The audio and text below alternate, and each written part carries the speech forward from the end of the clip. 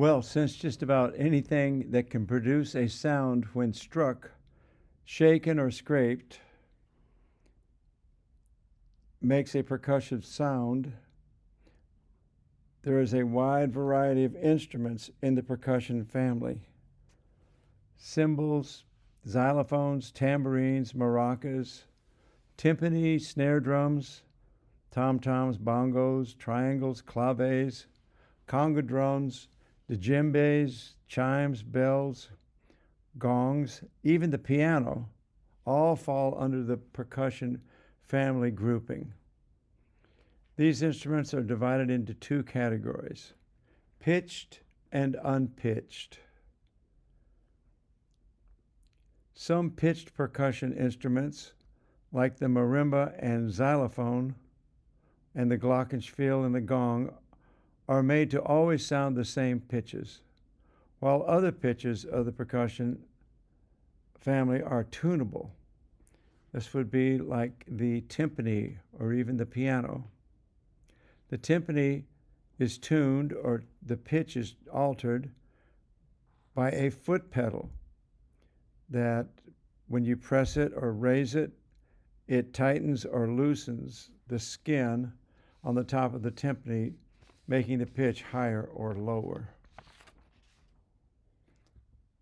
Instruments like the bass drum, snare drum, and hand drums, cymbals, triangles, cowbells, shakers, scrapers, maracas, guiros, and cabasas, woodblocks, and castanets are all considered unpitched percussion. The most famous of all the percussion instrument, of course, is the drum. And drum is normally considered the oldest musical instrument. Musicologists say that artifacts from China indicate drums made from alligator skins were in use as early as 5000 BC. Other examples include drums made from bronze in Vietnam around 3000 BC. Drums appear in ancient cultures like Mesopotamia, Egypt, Greece, and Rome, and were often used in religious ceremonies and cultural events. Drums have also been used as a form of long-distance communication. This dates back to earliest history and civilizations. These talking drums were used to transmit messages and warnings, often employing specific rhythms and tones to convey meaning. Many of these drums were made from large hollowed-out logs, so their sound could travel over long distances. If you think of, just as in the case of the bugle, how the sound da-da-da-da-da-da would mean charge, you can see how a drum rhythm ba-da-da-da-da-da would also be used to communicate warnings and messages. Percussion instruments are especially wonderful for teaching music to children. Instruments like xylophones, metallophones, and glockenspiels can be used to encourage creativity in all areas. Rhythmic games, echoing, call and answer, can be used to create music in children. There are many small xylophones that are built so that the inharmonic notes can be taken off and only pentatonic scales used to have allowed a lot of fun and creativity for children in improvising. There are many methods available: the Orff method, the Kodai method, Kindermusik, and Suzuki method are just a few, but the most popular probably of all the methods. All these methods view music as a language and put a great emphasis on listening and oral training.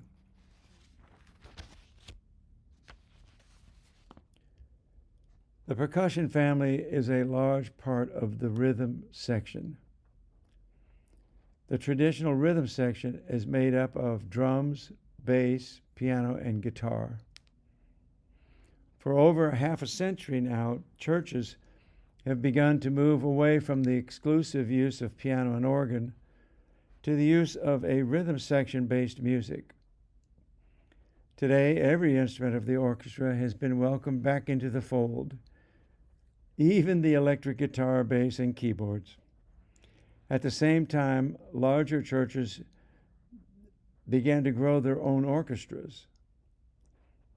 This period saw a move from established churches primarily focusing on internal growth to a more intentional emphasis on planting new churches as a key strategy for reaching new populations and revitalizing existing ones.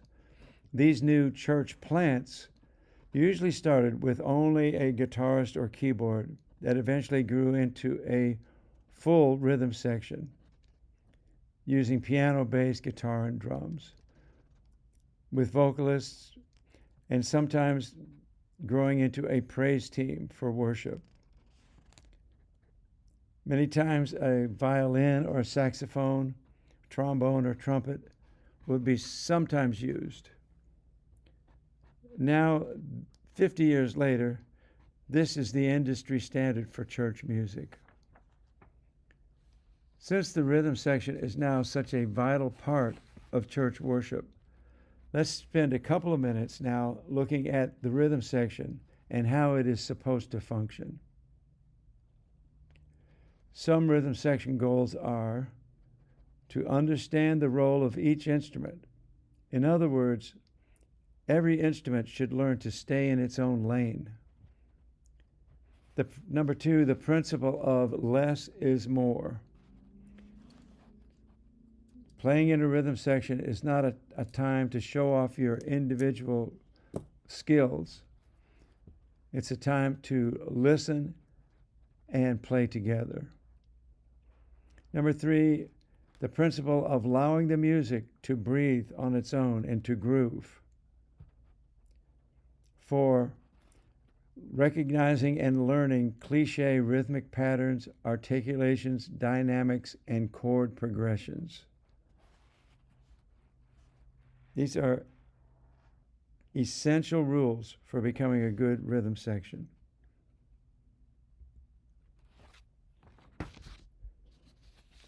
The rhythm section is composed of several instruments, and we're going to now talk a minute about each of the roles of those instruments, beginning with the rhythm guitar.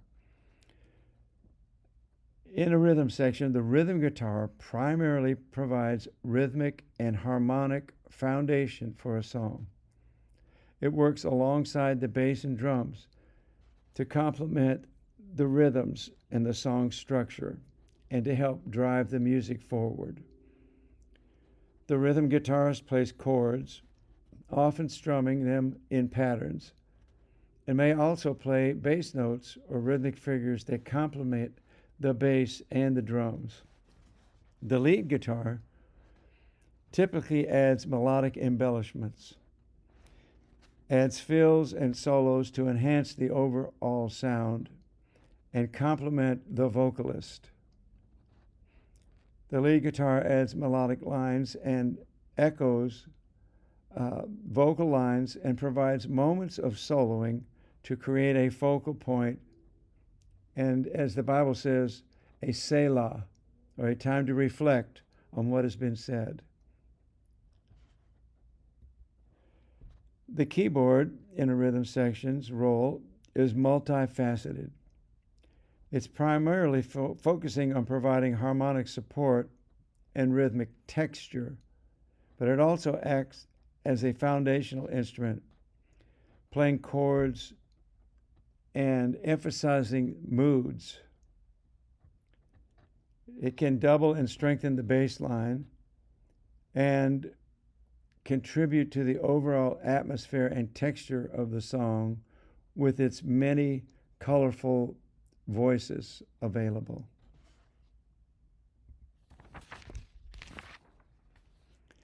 The bass and drums finish out the rhythm section. The bass line interacts with the drum beat to help create the groove or rhythmic pattern that defines the song's energy and style. The bass is essential to the feel of the music. The bass outlines the chord progressions of a song, often by emphasizing the root notes of the chords. The drummer's role is crucial in shaping the groove.